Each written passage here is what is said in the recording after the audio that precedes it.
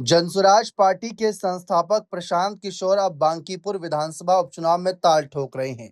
इस बीच जनसुराज पार्टी ने C7 form जारी किया। इसमें प्रशांत किशोर के खिलाफ 8 मुकदमे दर्ज हैं। ये मामले उन पर 31 धाराओं में दर्ज किए गए हैं। हालांकि वे किसी में दोषी नहीं पाए गए। अगर प्रशांत किशोर दोषी पाए जाते तो उनको 7 साल की सजा तक हो सकती, लेकिन आरोप तय न होने की वजह से वे दोषी नहीं पाए गए।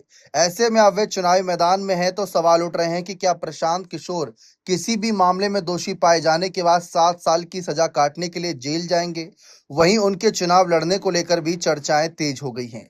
प्रशांत किशोर के खिलाफ ये मामले बेतिया, पटना, गांधी मैदान, मुजफ्फरपुर, पीरबहोर, सहरसा, सचिवालय थाना क्षेत्रों में दर्ज है। इसमें एक मामला साल 2024 में उनके खिलाफ दर्ज हुआ। बाकी सभी मामले 2025 में दर्ज किए गए।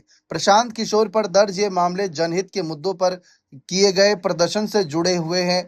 अपने ऊपर दर्ज मामलों पर प्रशांत किशोर ने बताया था कि मेरे ऊपर दर्ज मामले किसी नैतिक अपराध से जुड़े हुए नहीं हैं। बता दें कि प्रशांत किशोर अपनी पार्टी जनसुराज की ओर से उम्मीदवार हैं। इस सीट पर उनके चुनाव लड़ने से मुकाबला और दिलचस्प हो गया है। चुनाव लड़ने को लेकर उन्होंने कहा कि संगठनात्मक अनुभव, नेतृत्व और पदयात्रा के दौरान मिले जन समर्थन की वजह से उम्मीदवार बनाया गया है। जनसुराज पार्टी के संस्थापक एवं बांकीपुर विधानसभा उपचुनाव के उम्मीदवार प्रशांत ने सोमवार को बीजेपी के राष्ट्रीय अध्यक्ष नितिन नवीन पर संसद पहुंचने का पहला अवसर मिलते ही बांकीपुर विधानसभा क्षेत्र को छोड़ देने का आरोप लगाया। नितिन नवीन के सीट छोड़ने के बाद अब इस सीट पर उपचुनाव होना है।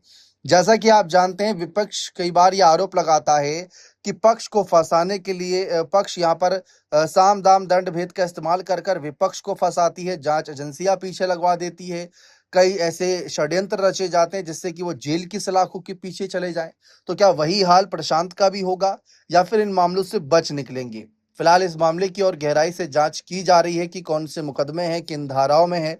लेकिन बताया गया है कि अगर इन पर आरोप तय हो जाते तो 7 साल की जेल की सजा तय थी। और आप ये जानते हैं कि 2 साल या उससे अधिक अगर किसी विधायक, सांसद पर, किसी भी मतलब बड़े पद पर बैठे नेता को अगर जेल की सलाखों के पीछे जाना पड़ा, 2 साल या उससे अधिक की सजा मिली, तो ना तो वो चुनाव लड़ पाएंगे अगले कुछ सालों तक और उनको अपना पद भी छोड़ना पड़ेगा।